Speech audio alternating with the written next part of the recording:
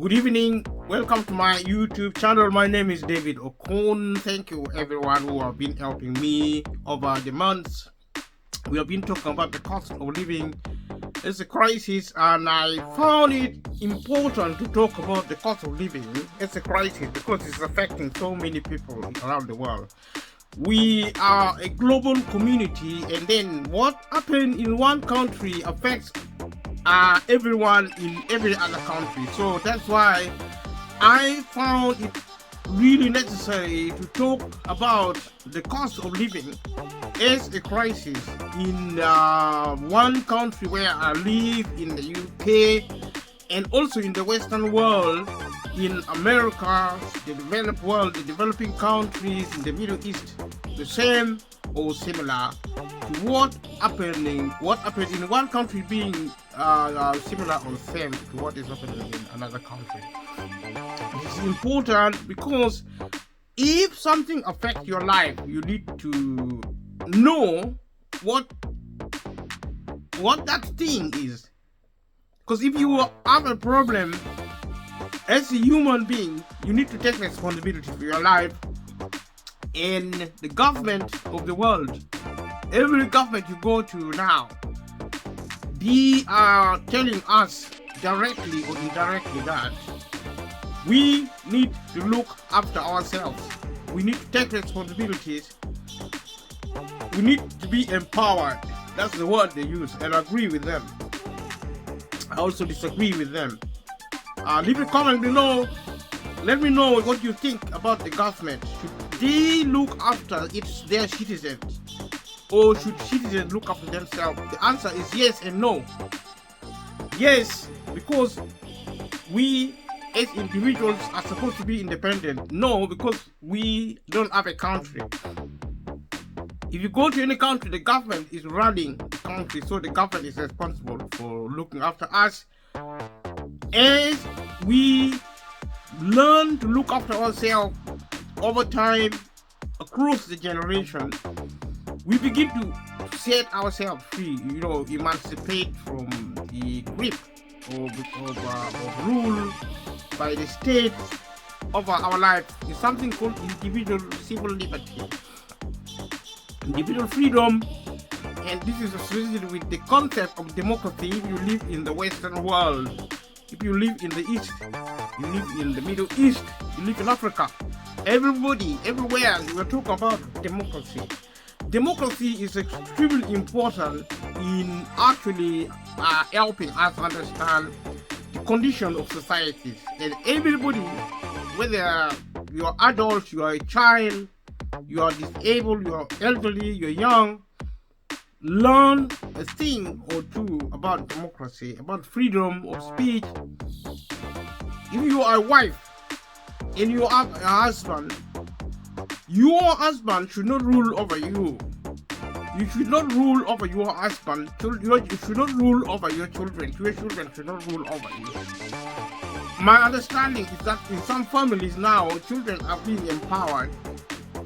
Maybe too much. So much so that children are running the homes. Maybe that's a good thing. They're leading, their parents are following.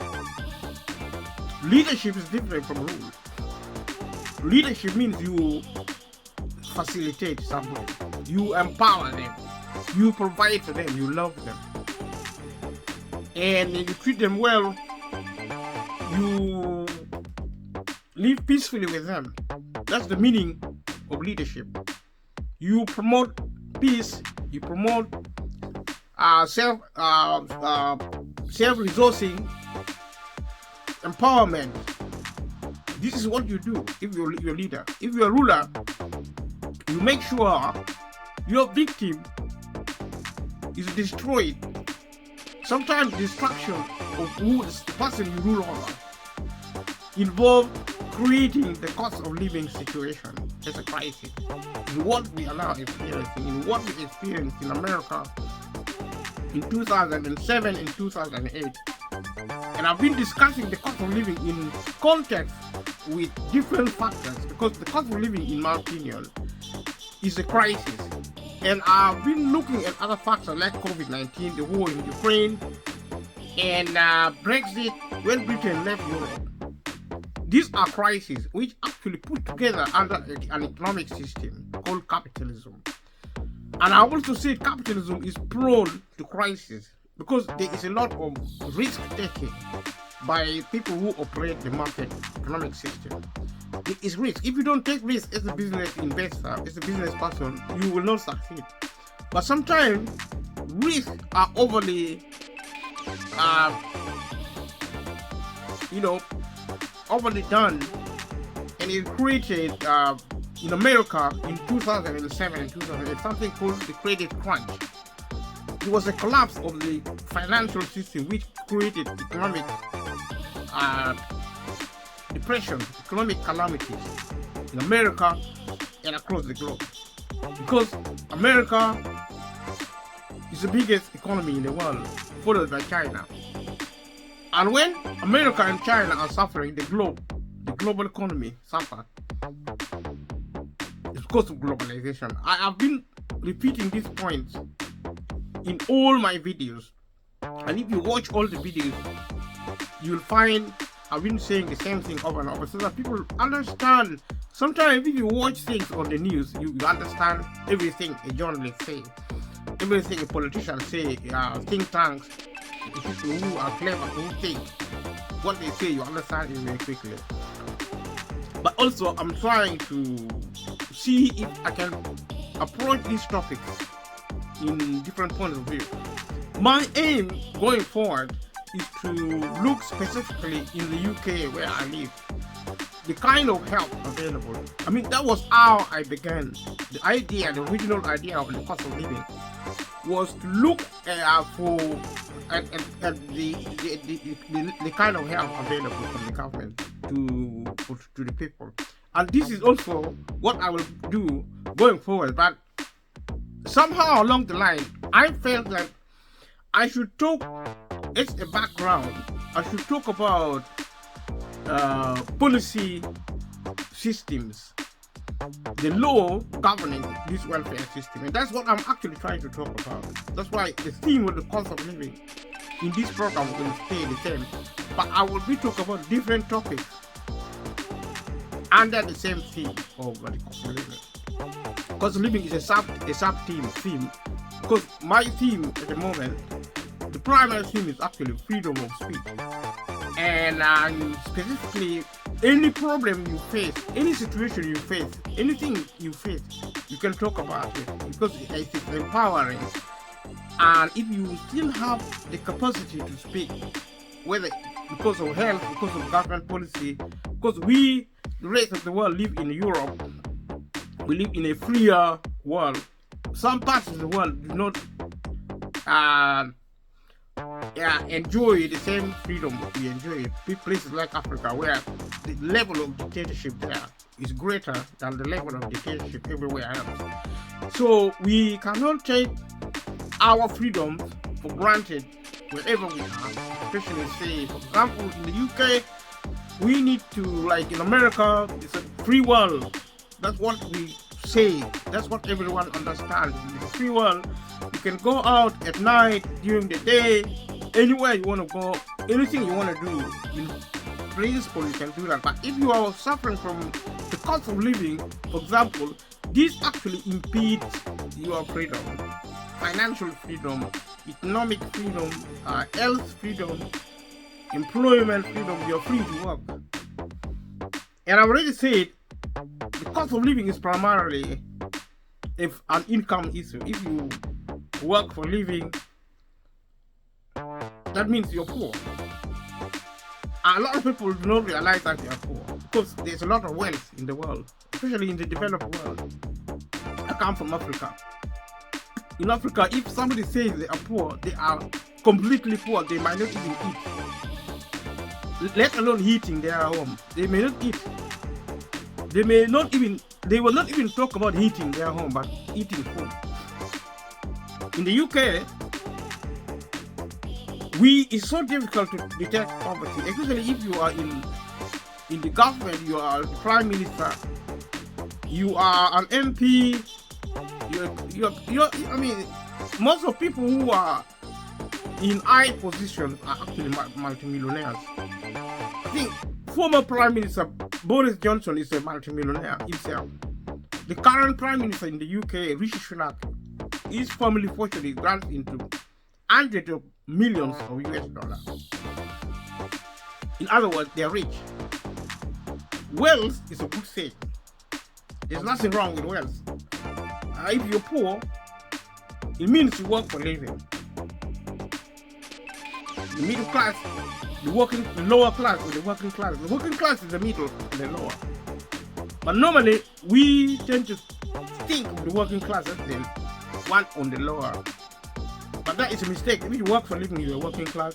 Even if you're in the middle class, maybe you get £100,000 per annum, maybe 200,000, 300,000 per annum. You're still a working class. You're still poor.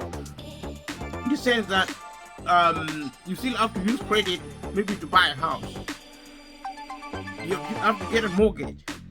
If you still have to get a mortgage to buy a house from your salary, I mean, if you can work for a year and buy a house the next year, then probably you may not be necessarily poor, but you're not rich necessarily. You may be well off. There are so many people like that in a country like Britain, but you see, one person poor in a country like Britain in America is one person poor too many people. I mean, there's one too many of poor people. One person should be poor anywhere in the world. No one anywhere in the world should be poor, because there's a lot of wealth in the world.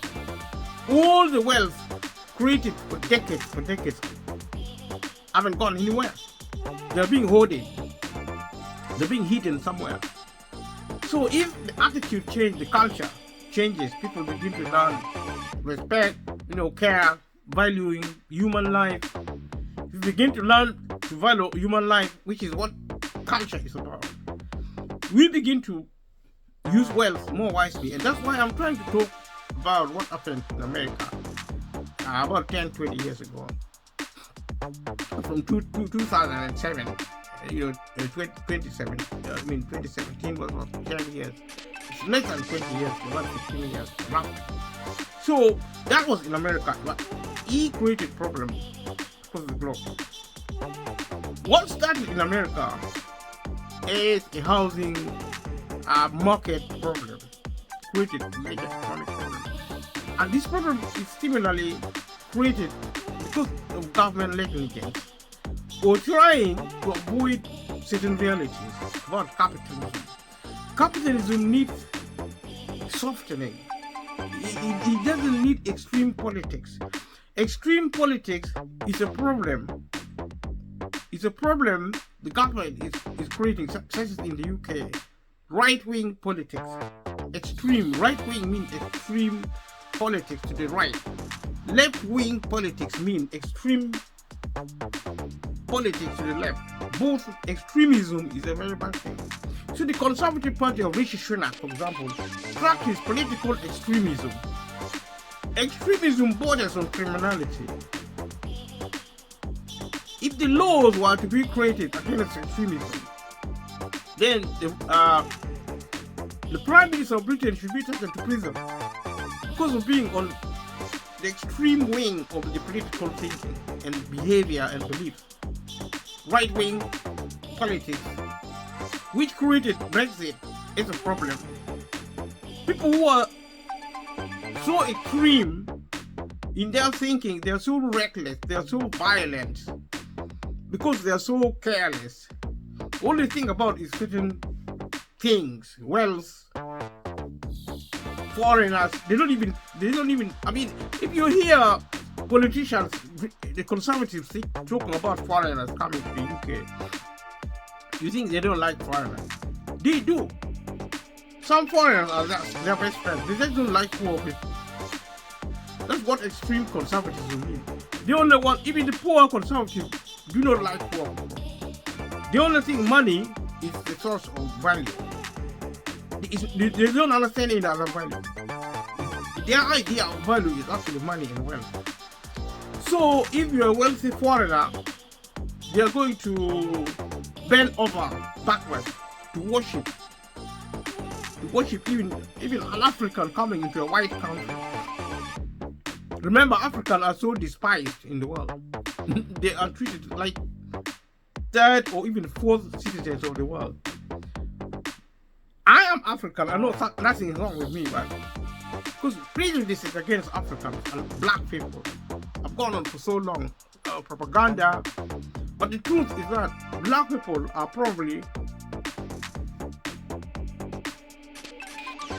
if there is anything to do with superiority of one human species over another, then maybe black people are superior to white people. Because some historians say every human being came from Africa. So probably black people are superior to white people. I'm not saying that because I don't really know. I don't think so. I think humans are superior to animals. And I know some funny people have been describing Africans as baboons, monkeys, calling them, comparing them with animals, so that they justify violence against Africans. Justify violence, compare, teaching people that Africans are animals. But Africans now who are wealthy, to the very people in power who say Africans are animals, and rich Africans are now respected because the value system, the outlook of society has changed. You have money, you have value. You're clever because you are rich. It doesn't matter how moderately clever. The richer you are, the more you're treated as you are a super brainer. So that value system is something we need to really moderate. It's extreme. We need to really moderate the way we think. We have to judge humans by the content of their character. Because they're humans. Because of what they do. Because they are good people. Good people mean people who actually value humanity more than anything else. Everything in the world has value, including nature. And humans are actually part of nature. We have been living in towns and cities and villages for so many decades. Sometimes people think human beings are not part of nature. We are. If you look at children programs today, all the cartoons, children programs, the characters actually either trees, animals, or wild animals, wild things, butterflies, beetles, white ants, you name anything, trees, fruits, apples, they speak like humans. So children growing up believing that, trees and butterflies, birds, bears, wolf, donkeys are their best friends because they have been living with them culturally in terms of the cultural media. So children grow up, and some young people today, or even older people, are refusing to eat meat because they believe cows, pigs, goats, sheep are their best friends. They treat them as if they are pets, they are humans. This is misleading, either deliberately or by mistake. If you think I'm actually talking nonsense, turn on your television tomorrow and look at children program. 9 out of 10 times you're going to see animal faces. Pigs, rats, they speak like humans.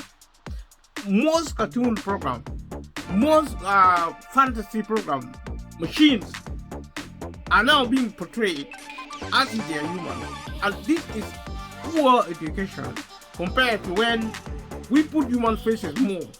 If you see, yesterday I actually commented on Sir David Attenborough doing a wildlife program. You don't see human faces. You see only animals and trees and wildlife. You think the world belongs to wild animals or trees. You are diminishing the value of humanity. And that is wrong. A bad person does that. And we are teaching our children to be bad people. Because they value things more than human. They value money, they value wealth, they value natural things like trees, wildlife, more than human beings. The opposite is the case. Humans count first. Because we are human. The relevance of life is because we are human. And all this is actually, I'm talking about human culture, which needs to change. Because it is this kind of mindset, devaluing human life, that creates problems like cost of living. Government is no longer valuing human life. If people die, because we have been seeing so much death on television, on social media, and even children playing games are being shown people being killed. We begin to lose that sensitivity to humanity, that kindness, that that compassion, because death is normalized. I think these are part of our broken culture, which we need to change, because they may sound unconnected, but they are. Once we begin to devalue human, we abuse them. The cost of living is a product of political abuse by especially right-wing conservative party around the world. In our country, in Britain, is the conservative. In America, the Republican. But there is something in the UK called New Labour. They are also conservative in the in the clothing of the Labour Party. They, from the outside, they look like the Labour Party, but on the inside, they are the conservative. I have nothing against the conservative, but they are to change the way they think. They are thinking in a very poor way. They're saying that all of them, most of them, because I've been watching them. That's why they're neglecting people. They're shutting down the public sector across the globe, even in Africa. Africa gets most of its income its financing from Europe, from the IMF and the World Bank. Why in the world should Africa have a policy of non-welfare state? Africa is so poor that South Africa, even included, especially even if you go to South Africa, most poor people are black people, because there is also discrimination internationally against black people, and because if you are actually disadvantaged, you suffer a bit more. If you are black people, you're more likely to be disadvantaged economically, socially, culturally. You're seen as being inferior. Women, you suffer more and more. The more you're discriminated against, the more you suffer.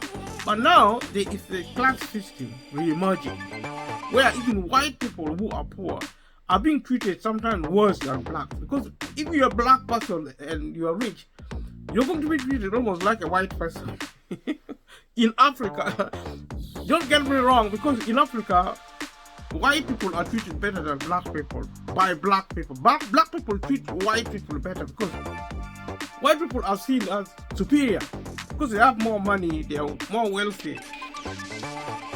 We black people in Africa are the first in Africa to treat white people like as gods. We discriminate against black people in favor of white. But now it is changing because we are now valuing wealth. We used to value ethnicity and tribalism, racism. Racism is still there, but it's less now. What is now worse is classism. You're discriminated because of even if you're disabled, make sure you're rich. You'll suffer. If you're disabled, really disabled, and you have money, you are wealthy, you are going to suffer less discrimination than somebody who is ethnic. So, class system is the worst form of discrimination now. So that white people who are poor, who are also living, are despised. And this is seen by government policy by shutting down. It's so rude for any government to shut down the public sector. Because the public sector is there to moderate capitalism. Other capitalism will become a weapon of mass destruction of society. And I'm saying this is a security problem. And the kind of problem we are going to create if we begin behaving like children. And it doesn't matter if you're Prime Minister or the King of England or President of America, continue behaving culturally like an infant. You don't care about poor people because you think they are nothing. Some people think poor people are actually waste of space. And this is immaturity. This is in humanitarian terms, this is actually not even mythical. It's complete bankruptcy in terms of value system. And we can only do one thing: education. It doesn't matter how rich you are. It doesn't matter how important. If you are prime minister and you're listening to this, go to school in your home. Don't embarrass us by going to school. I don't want to hear on the news that prime minister has gone back to learn human culture because he doesn't know the value of public sector. You see, he shut it down. The conservatives, who are so more privileged than anybody else, the conservatives of the world.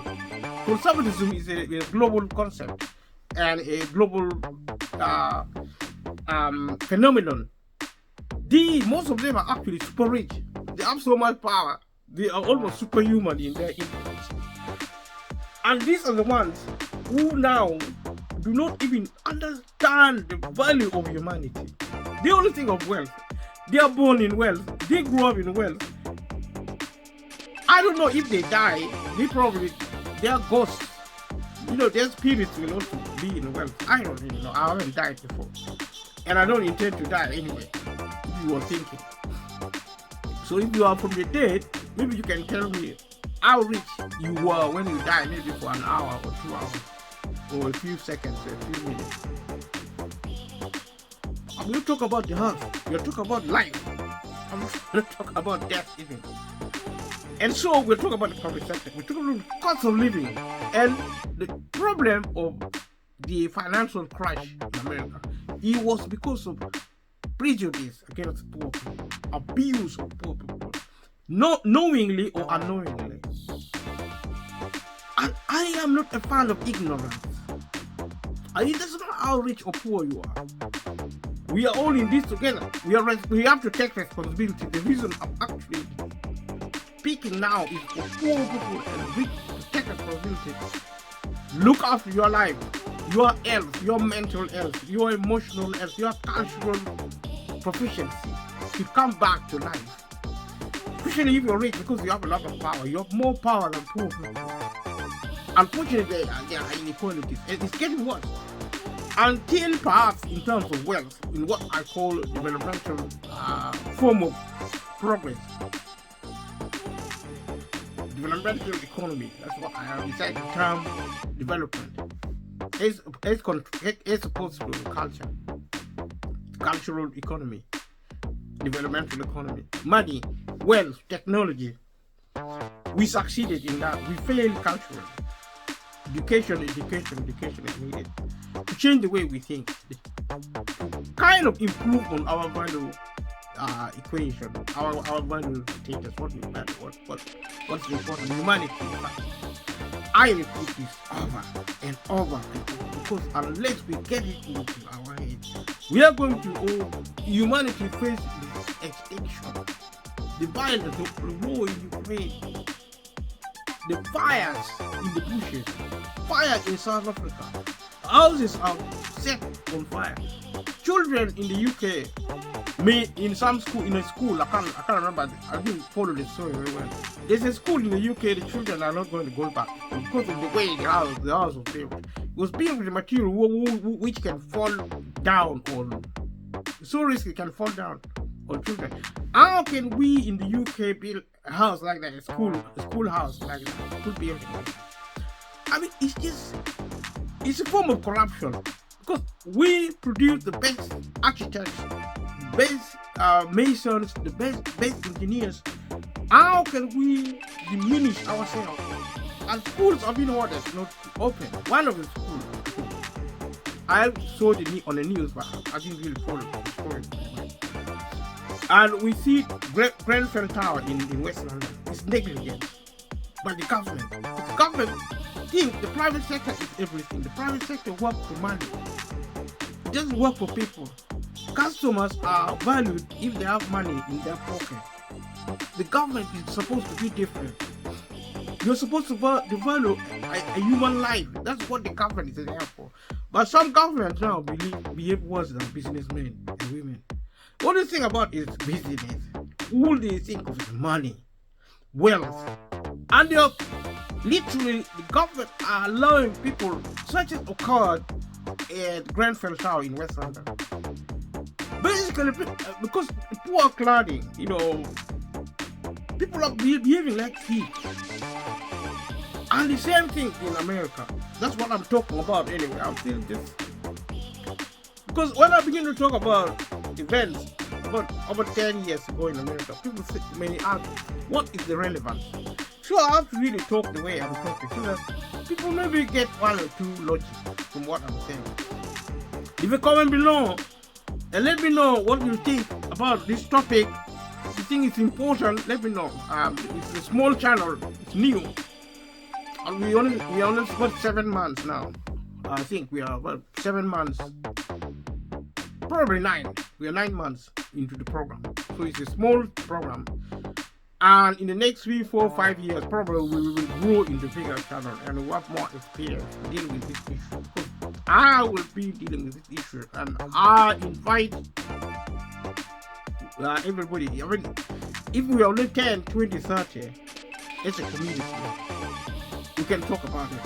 But if you don't want to talk about it, fine. Even if only 1 or 2 people talk about it, we are a small program, we are a small channel. It's fine. It's better than not talking at all. And I sit here talking to myself into the camera, because when I'm sitting here talking to the camera, I'm thinking of 8 billion people potentially. Minus children. Maybe talking about 6 billion from the top of my head.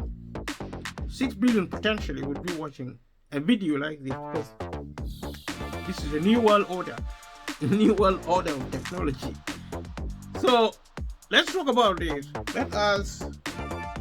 I'm so happy for the few now who are actually following this program, and please subscribe to the channel and support it to grow, and share with family and friends so that the channel can grow. And yesterday I spoke about the background to the credit crunch in America, which leads directly or indirectly to the cost of living now, right? There's a guy called Bernie Madoff. He was convicted in terms of the financial crisis in 2009. Between 2009. If somebody is convicted, it means they were found guilty of a crime. So that means Bernie Madoff being convicted, he was actually responsible for the crisis alone of his ancestors. And so we can, from this title alone, we can conclude that the credit crunch which happened in America involved corruption, criminality, using wealth, property. So the first quarter of 2009, we're looking at the chain of events. We're continuing from yesterday. For the first quarter of 2009, the annualized rate of decline in GDP was 14.4%. In Germany, 15.2%. In Japan, 7.4%. In the UK, 18%. In Latvia, it was 9.8%. In the Euro area was 21.5%. And for Mexico, so we were saying the annualized rate of decline in GDP was 14.4%. In Germany, 15.2%. 2% in Japan, 7.4% in the UK, 18% in Latvia, 98% in the Euro area, and 21.5% for Mexico. If you look at the profile of these countries, they are the big power, economic powers. And gross domestic product is actually growth in the economy. The gross measurement of the measure of wealth in April 2nd, 2009, unrest over economic policy and bonuses paid to bankers resulted in the 2009 G20 London Summit protests. So in 2009 G7, the Great 720, the Great 20 countries of the world, of the rich nations, gathered in London for a summit, and there was protest. They were protesting against the over economic unrest. The economic policy and bonuses paid to bankers. In the face of aftermath of what bankers did, among other people, because bankers are part of the financial institutions, they created a lot of havoc, and their bonuses actually paid to the roof. And this is the inequality, the injustice, in my opinion, and in probably the opinion of the experts. And people were protesting because the politics of wealth, where the rich get richer, the poor get poorer. In a crisis, the rich get even richer, the poor even get poorer. So you could actually suggest that crisis of any sort is created by the rich people deliberately. This is suspicion. There's no evidence. Perhaps there is. If you leave a comment below, you will see there's evidence that crisis today is created deliberately. Then leave a comment below. Let me know if there's evidence to that effect. And if you like doing research, then leave a comment below. Because it's common sense, almost consistently. Every time there is any crisis, including the First and the Second World War, super rich people who are actually very, very rich got much richer. The war in Ukraine, I heard it on the BBC. I think it's rumors on the BBC because nobody saw it. But they know, they reported that since the war, is it Volodymyr, the president of Zelensky, president of Ukraine, became richer and richer by millions and millions of US dollars. He was an actor, and I heard that. I haven't read much about Zelensky. I think his name is Volodymyr Zelensky. Russian names are really interesting. And for me, I have to really learn how to pronounce it. Zelensky is easier. Volodymyr, is it Volodymyr? Yeah, leave a comment below if you know how to pronounce his name. He got richer and richer during the war. And some people say Putin of Russia is probably the richest man on earth. If you think Putin is the richest man on earth, leave a comment below. Let me know. And so evidently, every time there's a crisis, the richer get far richer. It is almost a rule of thumb that rich people get richer when there is a crisis. Any crisis, environmental, natural disaster, economic crisis, especially economic crisis, is like harvest period for the rich, the super rich. Millionaires will get more money. I don't know how consistent this is. That's a fact. He created a problem. People are beginning to protest. April 29, 2009, the Federal Reserve projected GDP growth of 2.5 and 3% in 2010. Unemployment plateau in 2009 and 2010 around 10% with moderation in 2011, and inflation rates around 1 to 2%. This is some of the statistics. May 1st, 2009. People protested economic conditions globally during the 2009 May Day protest. This is a chain of events relating to the 2007-2008 financial crisis in America in May 20th, 2009. President Obama signed the Fraud Enforcement and Recovery Act of 2009. So Barack Obama coming into power, also he met with the catastrophe of the global economic crisis. The Federal Open Market Committee released in June 2009 stated the pace of economic contraction is slowing, which means the problems are actually getting, the rate of the problem with the economy is actually slowing down. Conditions in financial markets are generally improved in recent months. So this is some of the positives when Barack Obama took the policy and legal decisions, as all spending has shown further signs of stabilizing but remains constrained by ongoing job losses, lower housing wealth, and tight credit.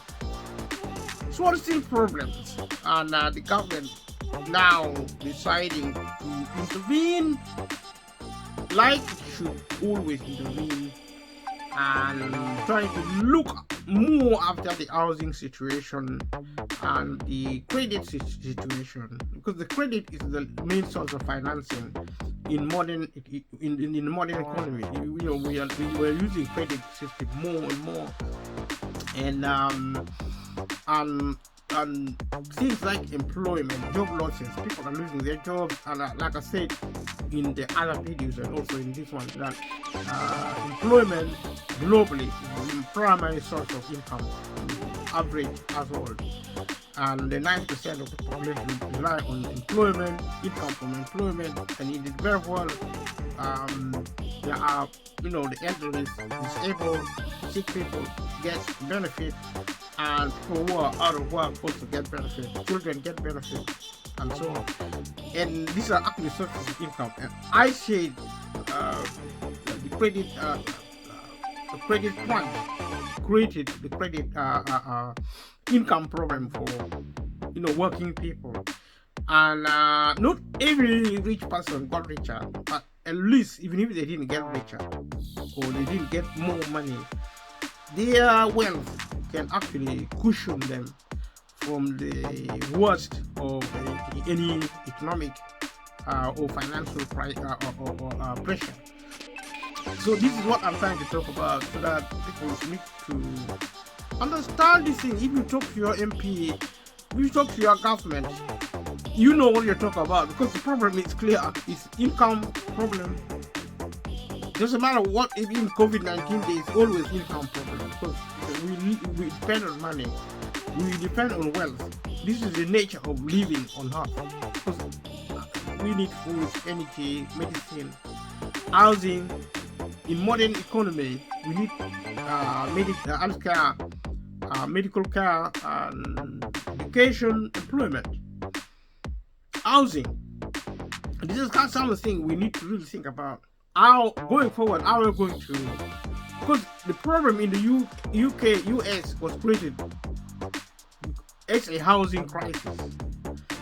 The government was trying to house people who are homeless, but he tried to use private companies and private systems instead of using public systems to correct homelessness in America.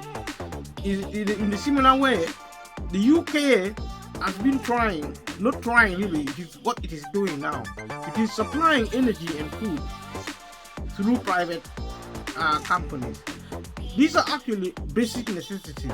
Hospitals, have been sold off. They're being, healthcare is being supplied by private businesses. The NHS has been shut down. What is left is just a residue. Because if you assess it accurately, you'll find that 70 to 80% of the health service in the world is now private, including schools. These are actually should be in the hands of the public.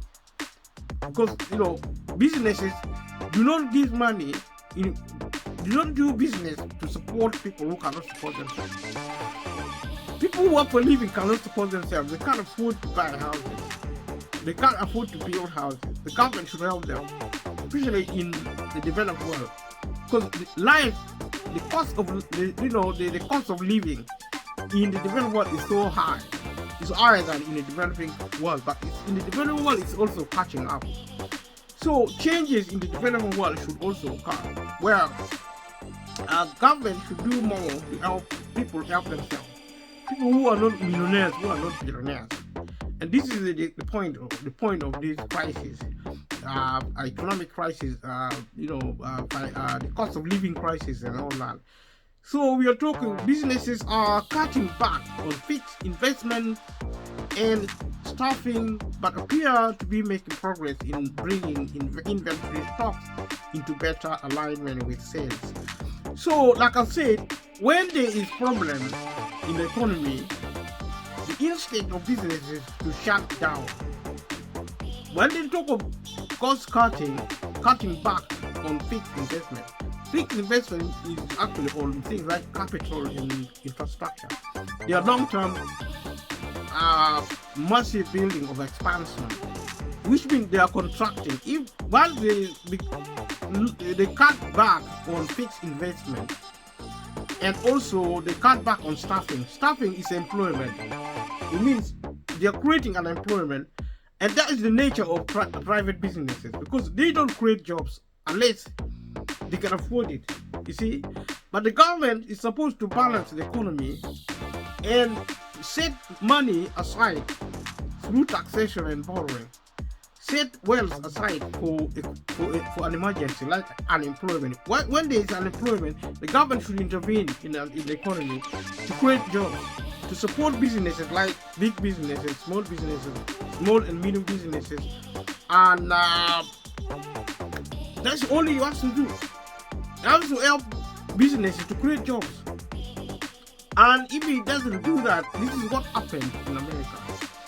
Because businesses are cutting back on fixed investment and staffing, but appear to be making progress in bringing inventory stocks into better alignment with sales.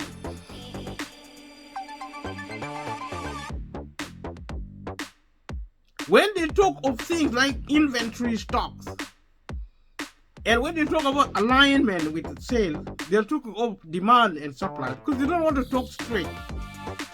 Most of these people are technocrats. They avoid using plain languages. They use jargons. When you talk about bringing inventory stocks into better alignment with sales, they simply mean they are increasing stocks. The level of stock, they're increasing it. They're increasing it to meet demand. So better alignment with sales, so that the balance between supply and demand is met. What people want to buy and what is being sold. Because when there's a crisis, demand goes up. People want more. And the people who are providing goods and services are shutting down, like it is happening now. Because, there was a disruption with COVID-19, and now the war in Ukraine and all this chaos. Everything is expensive. Transport, storage, everything is, the cost is going up. Customers tend to be cautious. They spend less and less. They try to save. Even if they try to save the cost, they just run out of money. And that's when the government needs to intervene to help the 90% of the population. Instead, in the UK and in America and in Europe, in the rest of the world, the government intervened to help the rich, who do not need help. Like the rich, are being helped. They should be helped by the economy being strengthened, which is what the government should do. Now, bailing out private businesses. And private businesses, even if it doesn't matter how rich they are, the money will go to shareholders and to pay bonuses to top directors. It doesn't trickle down. You see, private businesses are so ruthless. All they want is maximizing their wealth, and because the market environment is like a jungle. If you blink, you're going to be thrown out. You can lose your wealth within 24 hours. And as much as these people are rich, once they're involved in investment, they are like wicked people, because they don't rest. There's no peace for the wicked. And that is actually the outlook of multimillionaires and multi-billionaires who wants to maintain their wealth. Because the last thing a rich person wants to do is to fall back into poverty. They cannot survive.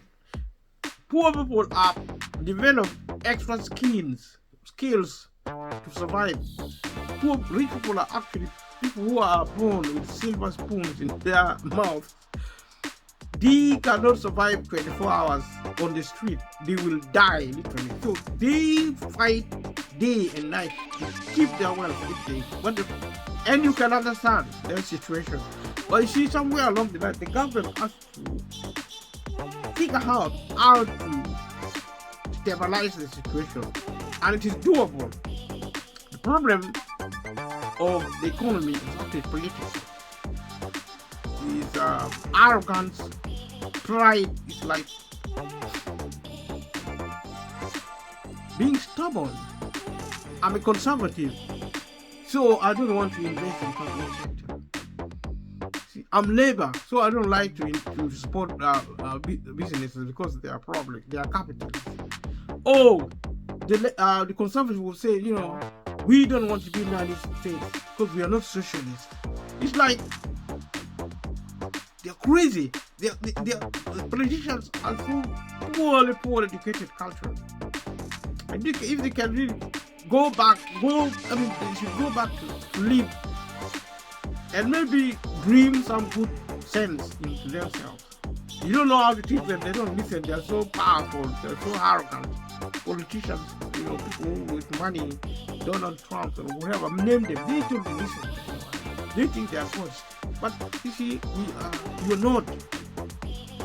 You're not. You should be using your money to produce immortality, to prevent aging. If you want to be old that, you see, if you think your wealth is going to keep you from the grave, think again. From aging, don't even talk about the grave. Don't talk about death. Aging. Aging is a tragedy staring rich people in the face. People in power. People who are not in power, but poor people. One fate awaits them. And it's commonsensical to rejuvenate our culture and begin to learn new sense and begin to use technology and wealth to create employment, you know, to invest appropriately. We don't behave like wild animals. Government should behave like morons, people who do not have brains, creating problems. And this is what we see. What we see on the news. What we see when we hear politicians talking. They don't listen to anyone, and they must listen. Start listening. If not, even we poor people, will have to start listening because we are also becoming deaf. We are society culturally at risk. We have to change. We have one choice: change. You see? So we talk about America. We talk about the credit crunch more than 15 years ago, and it's still impacting on us today. You know, we behave the same way. We do many good things, but we are also doing very bad things. Although economic activity is likely to remain weak for a time, the report says. The committee continues to anticipate that policy actions to stabilize financial markets and institutions, physical and monetary stimulus, and the market forces will contribute to gradual resumption of sustainable economic growth in a context of price stability.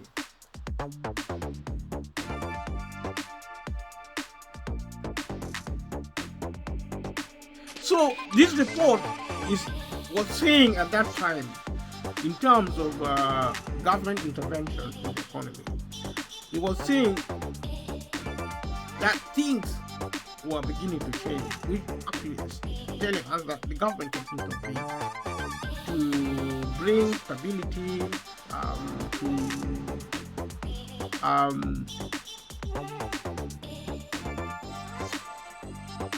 at least to monitor what is happening within economic activity, like this report is saying, when it is weak.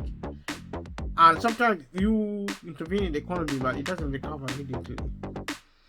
And reports like this is to actually provide a survey of what is going on. So these things were being said, and the committee continues to anticipate that policy action to stabilize financial markets and institutions, fiscal and monetary stimulus, and market forces will contribute to a gradual resumption of sustainable economic growth in the context of price stability. Compare that with what's happening now. The Conservative Party are talking about economic stability, economic growth, monetary, fiscal and monetary policy, monetary stimulus, which means putting money into the economy, investing in weak areas of the economy. But the problem, or perhaps the situation now, is when the government talk of investment, the government is actually focusing on big businesses. That's why small and medium businesses are closing down. That's why it's as if, every time, because of capitalism is just focused on businesses. That's what was happening in America. They were talking about, how to help private businesses, big businesses, multi-million and multi-billion businesses. They were putting forward this report to ask the committee to take policy actions to stabilize the fiscal market. That means putting money into the economy. The people who created problems to take money away from the economy, like bankers, multi-billionaires, organizations, are cushioned by the state. They are supposed to fail, but the government has sold off the economy. See, the government is there to feed private companies. Because of privatization, everything is being sold off.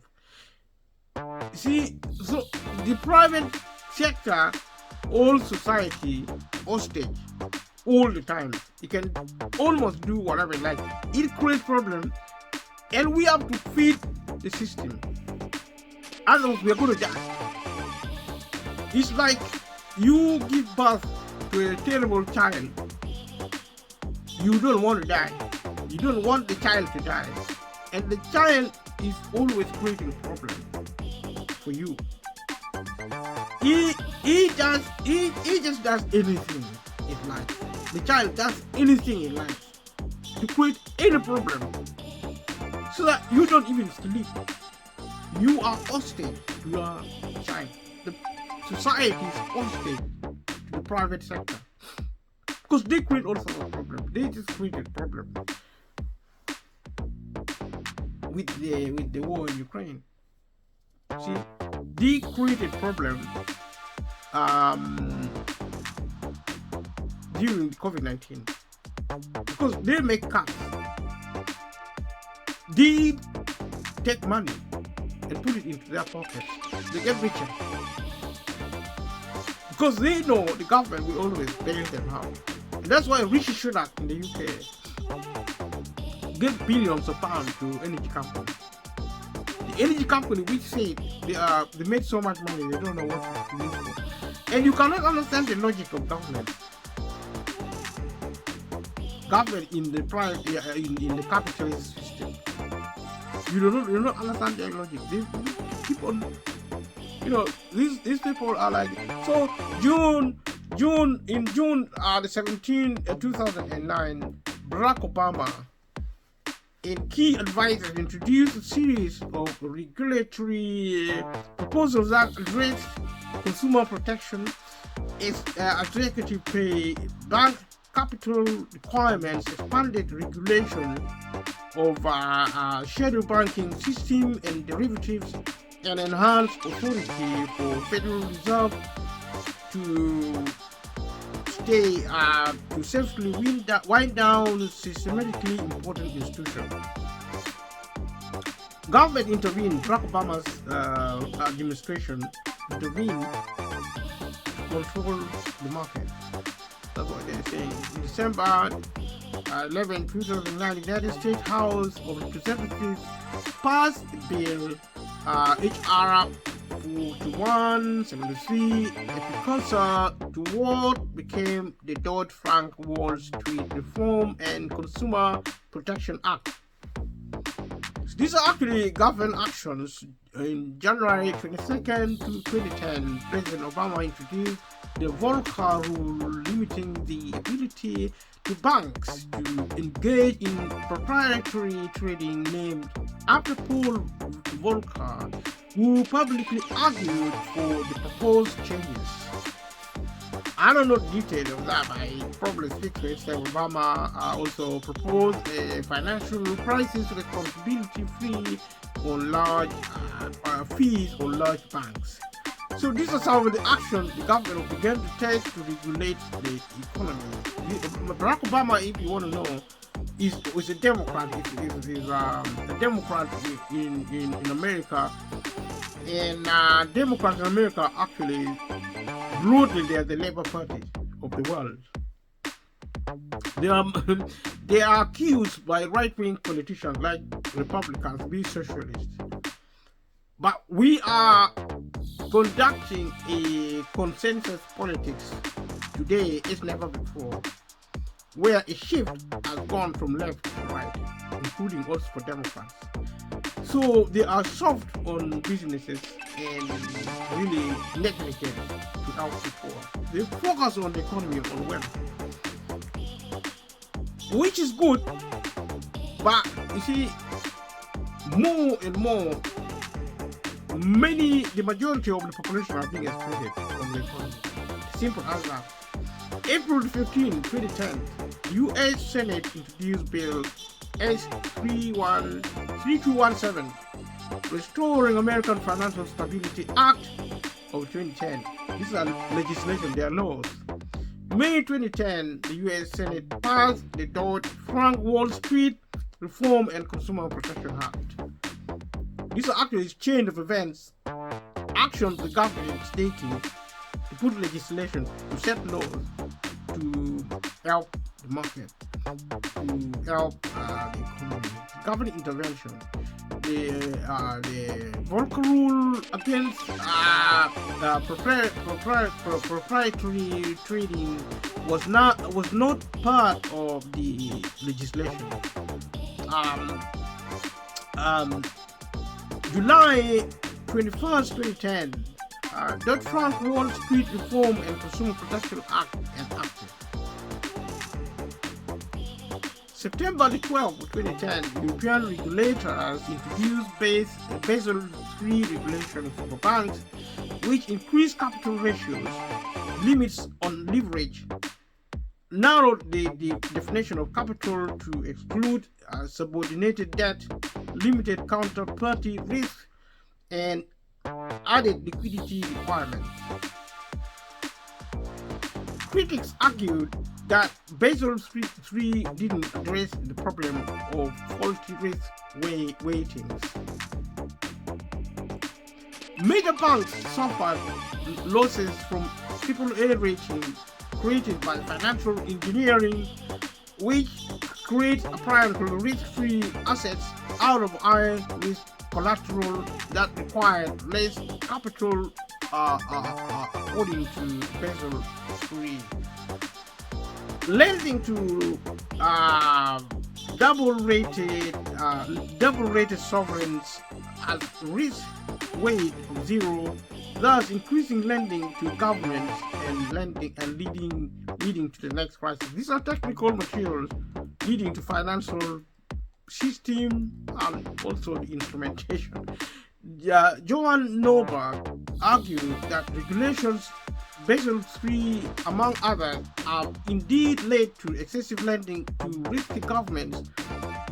See European sovereign debt crisis, and the European Central Bank pursued even more lending. I'm just reading through some of these things and then, try and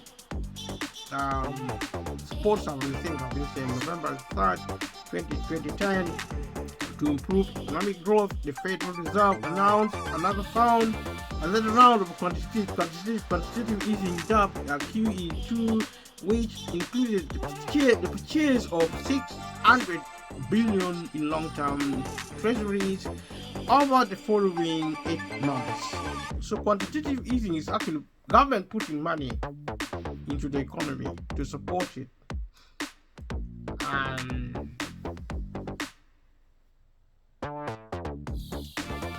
March 2011, 2 years after the nadir of the crisis, many stock market indices were 75% above their lows set in March 2009.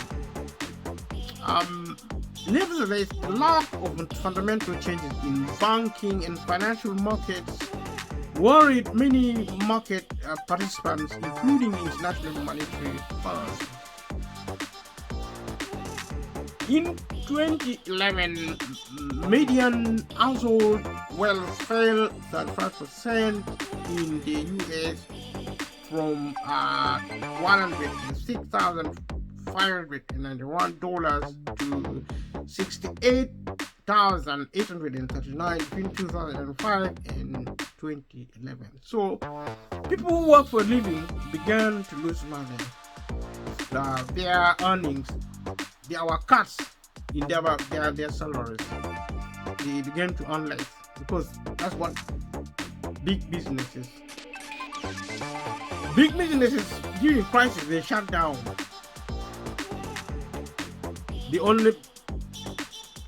They shut down most of the state operations. So that creates unemployment. They also put pressure on wages and salaries. Small and medium businesses more often than not shut down completely, because big businesses can shut part of their branches. They become smaller, or they combine and become bigger as a corporation. They shut down and only concentrate resources in one area. So that's the crisis. Every time there's a crisis, there are structural changes with corporate economy and also small and medium business. In May 2012, the Manhattan District Attorney indicated Abacus Federal Savings Bank and 19 employees for sending fraudulent mortgages to Fannie Mae. Fannie Mae, I think, was a private company dealing in property. The bank was acquitted in 2015.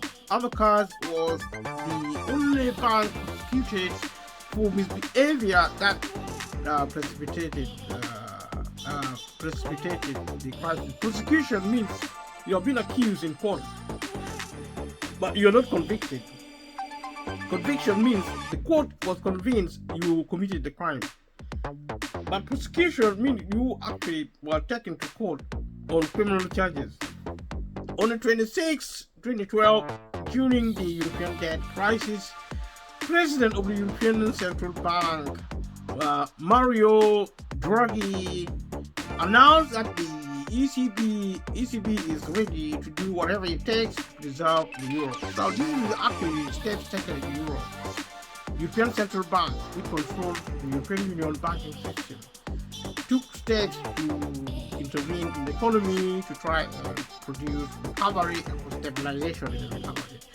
In August 2012, in the United States, many homeowners still face foreclosures and could not refinance or modify their mortgages. Foreclosures rate remain high. Foreclosures mean closing down property. Property meant for housing. If you are in a home, you can't pay your debt. You can't pay your debt and you are in a home. You're borrowing your money. You borrow your money to buy a property. You live in a house. You are living in a house, and you borrowed money. You didn't buy it outright. You didn't pay everything with money, with cash or whatever. You borrowed the money to buy the house, and if you default, if you default and you don't pay the credit card, the people you borrow, you give you money. You actually, people who lend you money, if you don't pay it back, there's some repayment of your mortgage.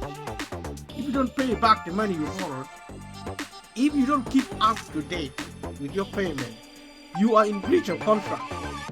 Being breach of contract will empower people who have mortgage lenders to take away your property. You will be made homeless. And in America, this meant people who are lured, who are deceived into borrowing money wrongfully by the government in association with their friends in the marketplace. These are people who they were not supposed to be given. They should not have been given credit to buy a house because they couldn't afford it. That's what created the financial crisis in America and the global finance, a big problem. One of the biggest problems ever created in the world economically was created because the United States of America failed to house Americans who need housing. It failed because of privatization, because of marketization, because the government believing that the state is bad, business is good. Business is good for business people and people with money, but it is bad for poor people. Poor people are supposed to be helped by the government. The government should have built houses by public money through public companies for people who need housing. The housing problem should be improved even in the UK, in Europe right now, so that people are not exposed into homelessness. When they talk of foreclosure, they talk about homelessness. People who are poor being evicted from their home. The home they thought was theirs is being taken back. So they lost and lost and lost. It's a form of financial, human, and I don't know what sort of abuse that is. Politically motivated, and it is wrong and really brainless. That's what happened. So in September 13, 2012, to improve lower interest rates, support mortgage markets, and make financial conditions more accommodative, the Federal Reserve announced another round of quantitative easing dubbed QE3, which included the purchase of $40 billion in long-term treasuries each month. So more money, billions, $40 billion of money was pumped into the economy. Government money was given to private companies. Because they're the ones, private companies run the economy. So inevitably, you can't give money to anybody else to run the economy. It doesn't matter whether it doesn't know what they have done. The government has no choice, like a cancer. You see? 2014, a report showed that the distribution of household incomes in the United States became more unequal during the post-2008 economic recovery, a first for the United States, but in line with the trend over the last 10 economic recoveries since 1949. So we talk about inequality. The poor are getting poor, the rich getting poorer. They're getting richer. It's what I've said before. I already actually made a comment on that. Income inequality in the United States grew from 2005 to 2012 in more than 2 out of 3 metropolitan areas. Metropolitan area means big cities, big conurbations, big cities. July 2015, a study commissioned by ACLU found that while home-owning households recovered from the financial crisis faster than black home-owning households, widening the racial wealth gap in the USA. Like I said, racism still exists even in the marketplace. And black people trying to invest are still discriminated against. White people still rule the world in white countries and in black countries. They use black dictators in Africa to rule over Africa and black people in Africa. And they use themselves and the system of capitalism. And yeah, capitalism is the ruling instrument. Now being used to rule by private multimillionaires and multi-billionaires. So the government has been privatized in the hands of capitalists. Capitalists mean people who are super rich with investment, with capacity to invest. People who don't need to work for a living. They work for a living because they want to. If you have to work for a living, because if you don't work, you're going to lose your home, you're not going to access food, medicine, transport, can't pay your bills, then you're poor by definition. I think if you think differently, leave me comment below and let me know your thoughts. In June 2015, a study commissioned by the ACLU found that white home-owning households recovered from the financial crisis faster than black home-owning households, widening the racial wealth gap in the USA. So black people always suffer more than white people in the world, not just in White House. In 2017, per the International Monetary Fund, from 2007 and 2017, advanced economies accounted for only 26.5% of global GDP (PPP) growth, while emerging and developing economies accounted for 73.5% of global GDP (PPP) growth. We're looking at some statistics. We are going to stop here. So, like I said, subscribe to my channel and leave a comment below and share with family and friends. And let me know what you think. We will be continuing to talk about this because it's a matter of life and death. It's an opportunity for us to learn something special about us, because if you suffer, you think more accurately. If you can't pay your bills, you can't, buy what you want in terms of food, energy, you begin to change the way you think, the way you behave. You become a better human being. So this is an opportunity. And the reason I'm talking about this because this is just a sign. Things will get from bad to worse. And technology may or may not help. If we have technology, if we use technology going forward, maybe the next 100 years, poverty will not be there. Poverty shouldn't be here now. So it's a bad commentary on our society because we don't know if we're going to change sufficiently to bring peace. Because this is about peace.